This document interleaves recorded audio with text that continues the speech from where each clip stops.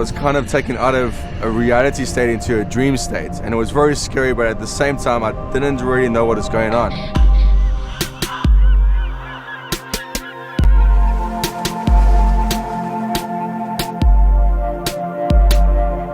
I just kept still, kept silent. I just kind of felt myself get picked up slowly into the air, and everything just seemed to slow down. And then I realized that what I thought was a dream was actually reality.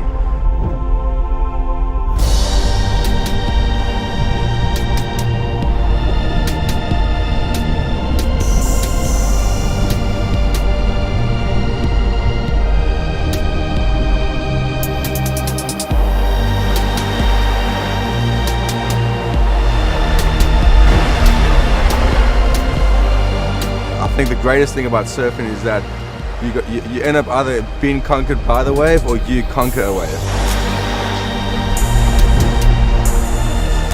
When I grew up as a young kid, my dad kind of encouraged and forced me in a way to do a lot of different sports just to get the feel of which sports are the best. After starting surfing, I really got hooked and addicted, and as Billabong says, only a surfer knows the feeling.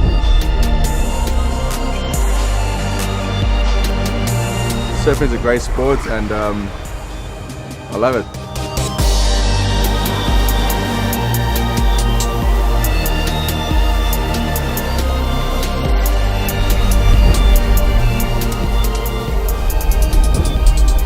It was the first day back at school after the winter holidays, and my best friend, my brother, and one of his friends and myself all went down to Nahuna Reef to surf. We ended up surfing there at about 1:30, and about an hour or hour and a half into my surf, while paddling for a wave, I had two sharks come for me and attack me. The one shark came from underneath on my left, bumped me into the air, bit my surfboard and my hand, and then dragged me under the water with it. And then the shark on the right of me was going for my head and shoulders, and it missed me because the shark on the left got me first. So it was pretty intense and scary because it happened so quickly and unexpectedly.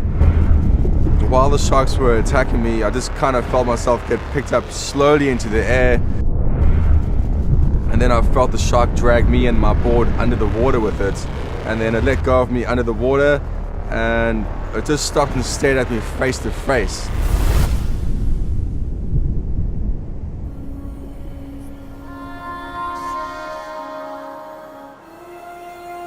I struggled a lot as a young kid with depression, suicidal thoughts. I was very angry and aggressive towards my friends, family, and even towards myself and God. I remember the one day, like just after my parents got divorced, I took my dad's pistol and put it to my head, and I wanted to blow my brains out because I hated life so much as a 10-year-old kid. And I would pray and ask God to help me out, but nothing ever changed. I thought it was fake and lame because I had never experienced the love of God and never experienced that God was in control of my situation. If you ever call my name, I will answer. And if you're stranded in the rain, so there I am by myself in the ocean with these two sharks after me. So I just stared the shark back for a few moments, kind of saw all of its teeth and its big eye. And the ocean was dead flat, and I was probably about 100 meters out to sea, and I was shaking and half crying and really freaking out. My board was lying in front of me, so I swam to my surfboard and grabbed it with my left hand and pulled my right arm over and across to start paddling. And as I did that, I saw my fingers hanging off and all this blood squirting out of my hand. You can actually see there's a big bump mark over here where the shark's nose hit the board, and then the shark smashed the board, and you can see the corner of the jaws over here along the rail of the surfboard, and the top jaw of the shark went right over the fin of the board, and you can see all of its teeth marks around the edge over here. I was really hopeless, so I was kind of looking to my left and my right and behind me, waiting for these sharks to come back for me any second, and I kind of had some kind of strategy to try to fight the sharks off me, but I knew it wasn't going to work. So I prayed and said, let me pray and see if Jesus can help me out. And I prayed and said, God, I need you to help me out right now, otherwise I'm going to die. And as I prayed and asked God to help me out, all my fear just disappeared, and this wave came out of nowhere which I was able to catch and get out the water safely. And that was amazing, because for the first time ever, like, I really experienced and felt God help me out and answer my prayer.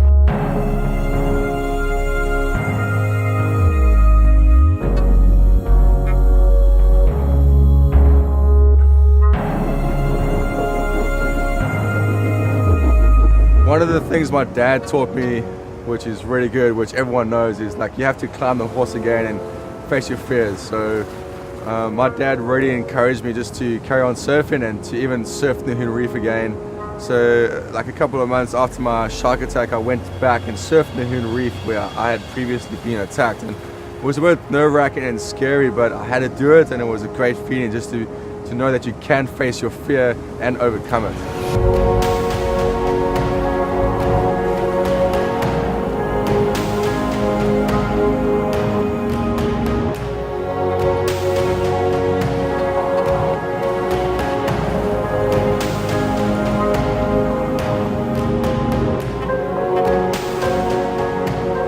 My life changed so much after the attack that I knew God is going to give me a great purpose in life to do more than surfing, surf coaching and anything. So I know for sure that people out there suffer with a lot of big things, whether it's emotionally, mentally, spiritually, relationally or financially. So I see those kind of things as similar things to shark attacks. God saved me so much from depression and suicidal thoughts and anger and stuff that I knew that He could use me to help and lead others into the same kind of process.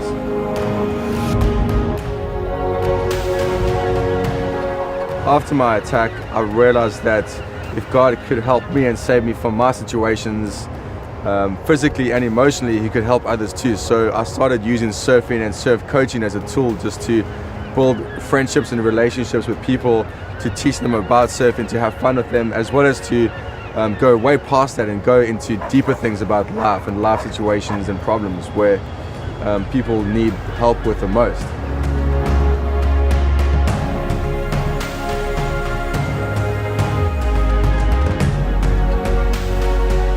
I think the most important thing I've learned is that Jesus said He came to give us life and life in abundance, and that word abundance means too much and an overflowing amount of life in all areas. And I never experienced that when I was young, but I eventually did experience it, and it's possible.